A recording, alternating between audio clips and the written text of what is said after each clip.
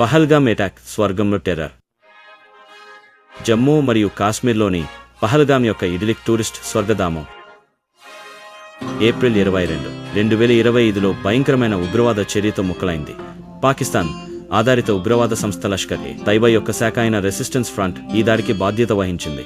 హిందూ యాత్రికులు మరియు పర్యాటకులను లక్ష్యంగా చేసుకుని ఈ దాడి ఫలితంగా నేపాలీ జాతీయ మరియు స్థానిక ముస్లిం గైడ్తో సహా 26 అమాయక ప్రజలు మరణించారు.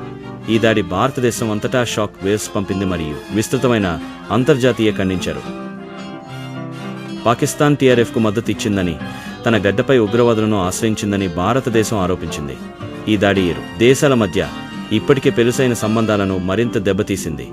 సంభాషణ యొక్క పునఃప్రారంభం కోసం ఏవైనా ఆశలపై ఒక రచన చేసింది. పహల్గామ్ టెర్రర్ దాడి భారతదేశం మరియు పాకిస్తాన్ మధ్య దీర్ఘకాలిక సంఘర్షణ.